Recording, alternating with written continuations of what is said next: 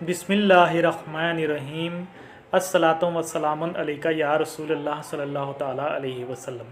इस्लाम से पहले औरत की ज़िंदगी कैसी थी? इस्लाम से पहले औरत का हाल बहुत ख़राब था। दुनिया में औरतों की कोई इज्जत व क़ुव्वत नहीं थी। मर्दों की नज़र में इससे ज़्यादा औरतों की कोई हैसियत ही नहीं थी कि वो मर्दों की ख्वाहिश पूरी करने की एक खिलौना थी। औरत दिन रात मर्दों को तरह तरह की खिदमत करती थी और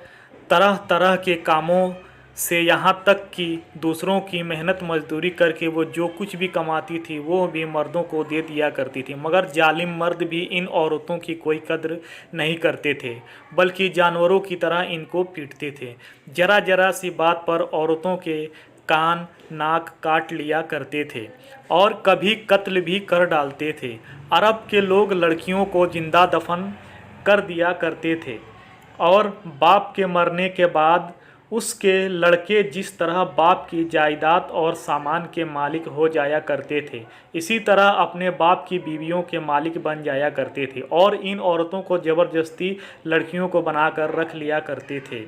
औरतों को इनके माँ बाप, भाई बहन या शौहर की विरासत में से कोई हिस्सा नहीं मिलता था। ना औरतें किसी चीज़ की मालिक हुआ करती थीं। अरब के बाज़ कबीलों में यह जालिमाना दस्तूर था कि बेवा हो जाने के बाद औरतों को घर से बाहर निकालकर एक छोटे से तंगो तारीख झोपड़े में 1 साल तक कैद में रखा जाता था। वह झोपड़े से बाहर नहीं निकल सकती थी, ना गुस्ल करती थी, ना कपड़े बदलती थी, खाना पानी उनको कुछ नहीं दिया जाता था।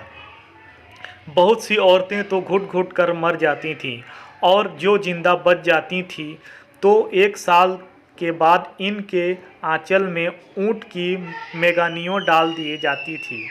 और इनको मजबूर किया जाता था कि वह किसी जानवर के बदन से अपने बदन को रगड़ें, फिर सारे शहर का इसी गंदे लिबाज में चक्कर लगाएं और इधर उधर ऊँटनी की मेगनियाँ फेंकती हुई चलती रहें। यह बात का ऐलान होता था कि औरतों की इद्दत खत्म हो गई है। इसी तरह की दूसरी भी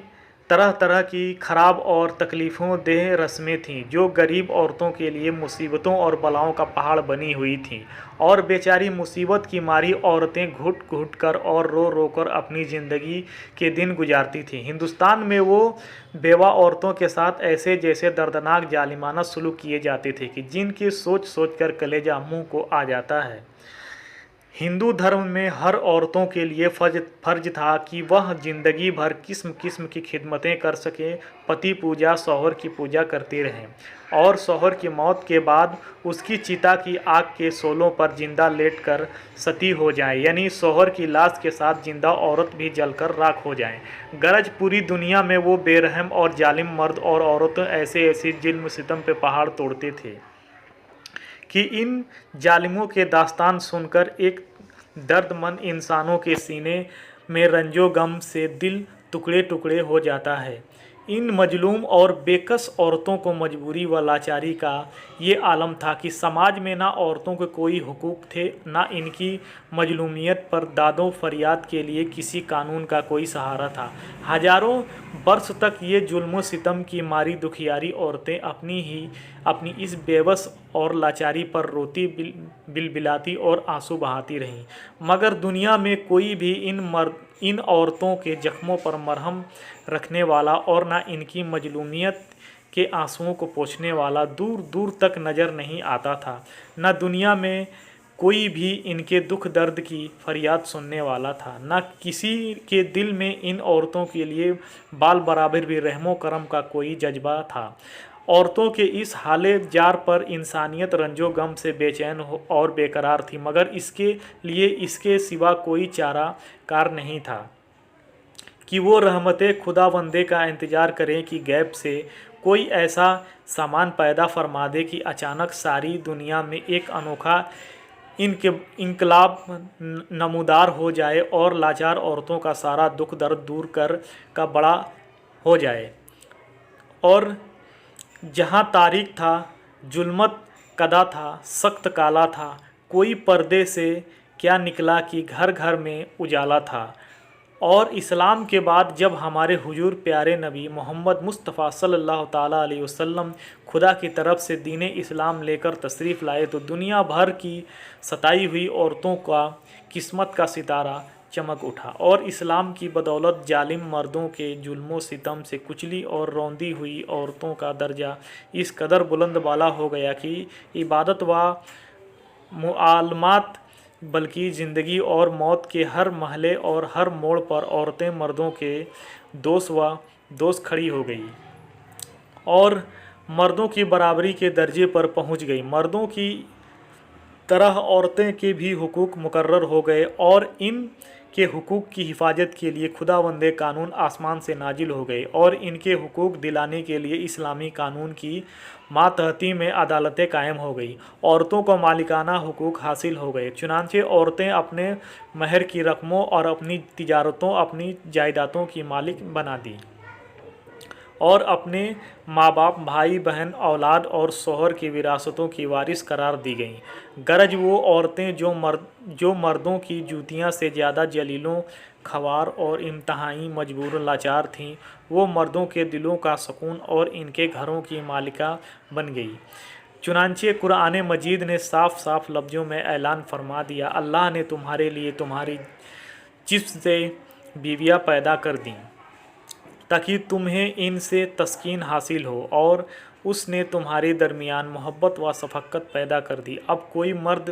بنا وجہ نہ عورتوں کو مار پیٹ سکتا ہے، نہ ان کو گھروں سے نکال سکتا ہے، اور نہ کوئی ان کے مال و اسباب یا جائیدادوں کو چھین سکتا ہے، بلکہ ہر مرد مذہبی طور پر عورتوں کے حقوق ادا کرنے پر مجبور ہے۔ چنانچہ خداوند قدوس نے قرآن مجید میں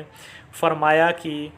عورتوں کا مردوں پر ایسے ہی حقوق ہے جیسے مردوں کے عورتوں پر، اچھے سلوک کے ساتھ، اور مرد کے لیے فرمان جاری فرما دیا کہ اور اچھے سلوک سے عورتوں کے ساتھ زندگی بسر کرو۔ تمام دنیا دیکھ لیں کہ دین اسلام نے میاں بیوی کی اجتماعی زندگی کی صدارت اگرچہ مردوں کو عطا فرمائی ہے اور مردوں کو عورتوں پر حاکم بنا دیا ہے،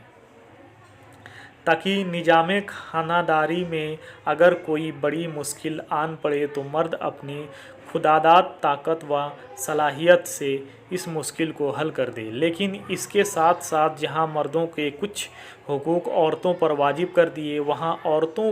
کے بھی کچھ حقوق مردوں پر لازم ٹھہرا دیے۔ اس لیے عورت اور مرد دونوں ایک دوسرے کے حقوق میں جکڑے ہوئے ہیں، تاکہ دونوں ایک دوسرے کے حقوق کو ادا